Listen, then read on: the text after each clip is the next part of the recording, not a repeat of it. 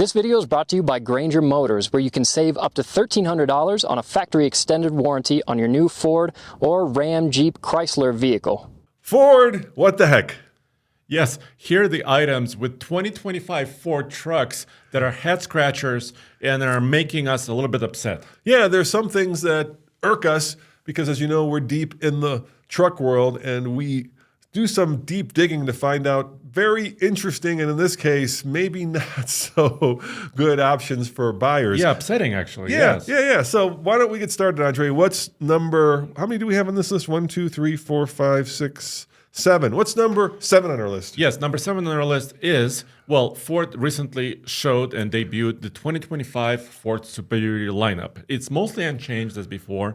They added some colors, new interiors, new wheel options, so quite nice. But this is an item I'm calling expensive bundling. Okay. Basically, when the manufacturer, in this case Ford, takes something that should be relatively inexpensive, like an engine option, and wrap it with something else and to create a very expensive option. All right, so give me an example of what we're talking about. 2025 Ford F-250 Crew Cab XL, basically a work truck, Yep. 4x4. If you want to go from a base engine with a 6.8-liter V8 to a 7.3-liter V8, you have to pay not $1,000, Okay. but $9,645. That's a big number. That's like going to a diesel, dude. Yes. What And- is that all for just, 0.5 liters of displacement, No. or are they doing something else to get it up that high? No, you have to buy an STX package, several other things. So they're giving you, a more option truck, but they're kind of, what if you just wanted the bigger engine? Yeah, I mean, that's all you wanted. I think what they're doing, Andre, is they know what people want, right? They want that bigger 7.3 because it's long lasting, it's very powerful, and to make you buy it because you want it, they're Wrapping adding something else into it. exactly like Jeep. We just bought a Jeep Wrangler. Guess how much the automatic is? $4,500. Come on, that's a crazy number over the manual. Yeah, it is a high number. Ram, when we had our little stubby, I want to say that was also, what was it? A four-wheel drive was like $7,000 for a four-wheel drive. Yeah, exactly. Going from the two-wheel to the four-wheel drive, which is crazy, but because people want it, because people need it, especially up here in Colorado, they get you by the you-know-what hairs, and there you have it. And that's what a heck. Yeah, a $10,000 upgrade to go from the 6.8 to the 7.3 and the Super Duty. Kind of crazy. Another what the heck. Recently, there was a story, and Ford, at least on the 2025 F-150s, regular trucks, they're removing the door keypad as a standard thing. Yeah, so that's one of those things that if you live in the Ford family, in other words, you keep buying Fords, you really tend to appreciate. A lot of people don't understand what that keypad is for or why you would want it, but it's a convenience feature, right? Let's say you forgot something in your truck and you don't want to have to go get the key, which is upstairs in your pants. You just run out, punch in the code, and get whatever you left in the truck. Or you could be at the job site. Maybe you're outdoors, hiking, swimming, doing something active, and you don't want to have a key in your pocket. Just leave the key inside the truck, punch in the code, and you can unlock it. All right, so what are they doing with that? Did they get rid of it, or did they do something else? It's out on the F-150s. Yeah. It's a $455 dealer-installed option, which is pretty expensive. Yeah. And it's dealer-installed. I kind of like factory installed. Not that the dealers don't know what they're doing, but you never know. You may It get depends on the region or the dealer. You may get that one mechanic who just started. And he used to install dishwashers before that. I don't know. We had a Defender where they cut through the main wiring harness installing a winch. So It could happen. It could happen. I kind of like the factory robots doing their thing. All right, what's number 5 on? What the heck, Ford? Exterior color choices. Okay, I see you've got the colors up there. Tell me So about it. this is the new 2025 F-150 Tremor, and this is the same for 24 models and even some 23s. Look at this. I'm not changing the color palette on my screen. There's black, blue, gray, gray, gray, and gray. But I'm sure those color names are exciting. I'm sure they're not, Carbonized gray. not refrigerator white. Iconic silver, Oxford white, I told you. space white. Yeah, the color palette of modern vehicles and now, unfortunately, modern trucks is just so boring. Good gosh, give us something with some, pizzazz to it. A little bit of flair. I Yeah. know Tremors have a little orange accents, but Yeah, my come on. gosh. But it's so little, It's just a hint of orange. It used to be kind of cool, and now it's getting kind of, I think, overdone. And I know why manufacturers, including Ford, may be doing this. It costs money to introduce a new color, right? Yeah. Definitely, because you have factory issues, you have to deal with supplier issues. But still, we don't want boring vehicles, right? No boring vehicles, and color is certainly the one thing that's going to make you yawn when you see it. All right, Andre, now that we've gotten halfway down our list, we do have to make our viewers aware of something pretty cool. Yes, and it's extended factory-backed warranties from Granger Motors. Yeah, our friends at Granger do a great extended warranty on new vehicles like the Ford F-150, so that if you're worried about having to shell out big numbers because your vehicle has some very complicated electronics or hardware, this is a great way to make sure that you can sleep at night. Yeah, this is not a random call on your phone, right? This is factory backed, so Ford stands behind it. It is additional cost, right? Because it extends the life of your warranty past the 3 years, which is standard on the truck, right? And Granger Motors is one of the top sellers of this warranty, so they can offer you a better deal. And you can take your new F-150 to any Ford dealership. You don't have to go to Granger Motors. Yeah. And if people want to look at how much it costs and get the details, where do they go? You click on the link in the description of this video right there.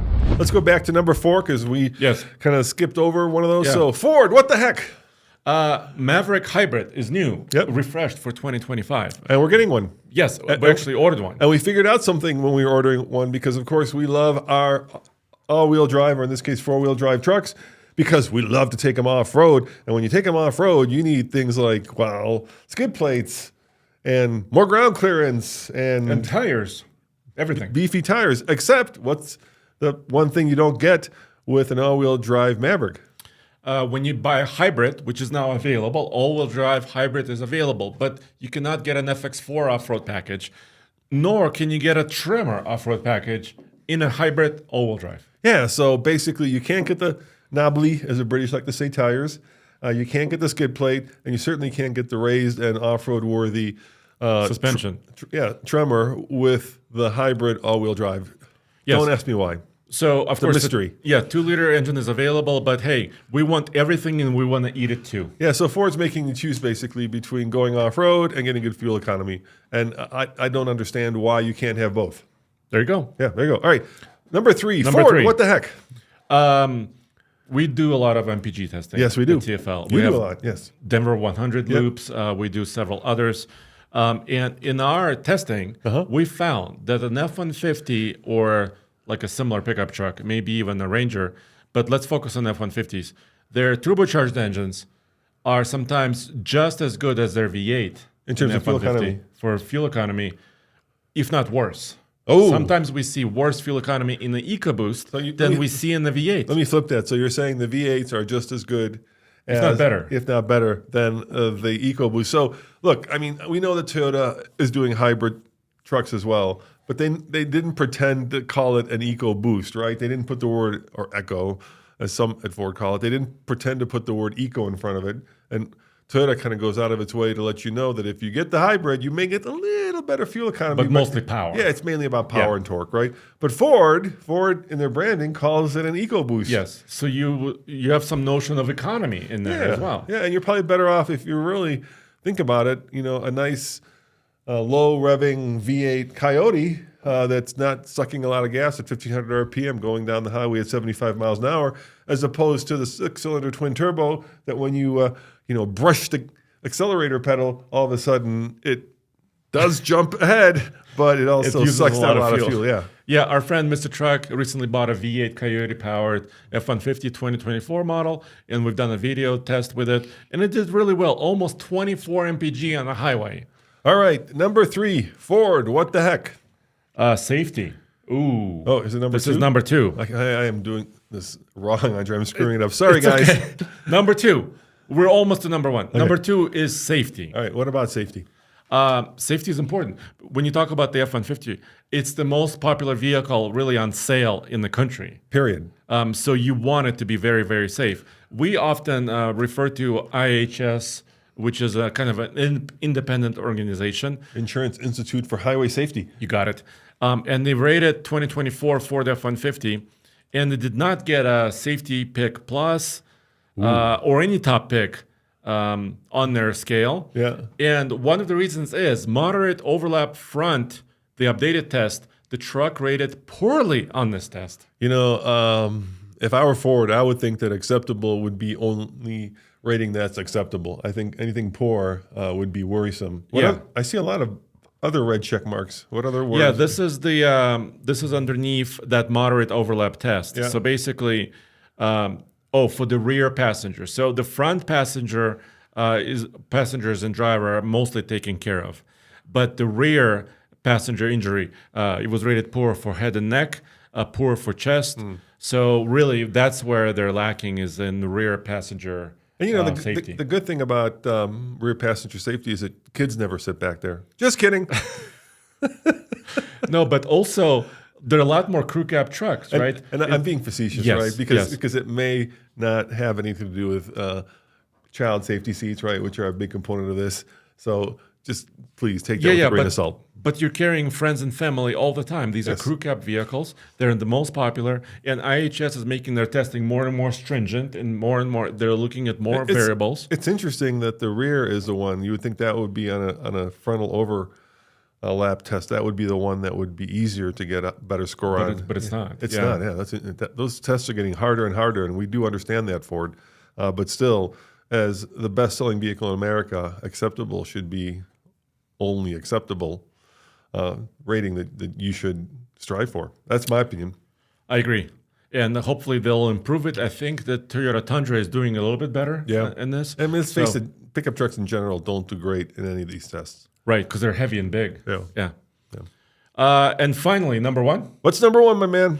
It's this number right here. It's kind of hard to see, but I'm pointing to the destination charge.